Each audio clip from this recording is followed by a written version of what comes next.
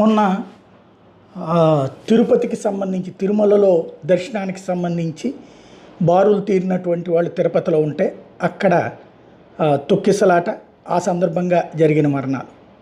దాని నుంచి మేము పాఠాలు నేర్చుకున్నాం. ఇక భవిష్యత్తులో పునరావృతం కాదు, దానికి తగ్గట్టు చాలా కఠినంగా వ్యవహరిస్తాం, కొంతమందిని సస్పెండ్ చేసాం, దీని వెనకాల ఎవరున్నా వదలం ఈ మాట్లాడుతూ మధ్యలో అది కుట్ర, రాజకీయ కోణం ఇట్లాంటివన్నీ తీసుకొచ్చినటువంటి సందర్భం ఉంది. మనం ఒక వ్యవస్థని ఒక వ్యవస్థలాగా చూడాలి. వ్యవస్థలో పొరపాటు చేసేటటువంటి సిబ్బంది ఉంటారు, అధికారులు ఉంటారు, వాళ్ళ మీద చర్య అదే సందర్భంలో పునరావృతం కాకుండా రెండోసారి అంతకంటే స్ట్రాంగ్గా పనిచేయాల్సి.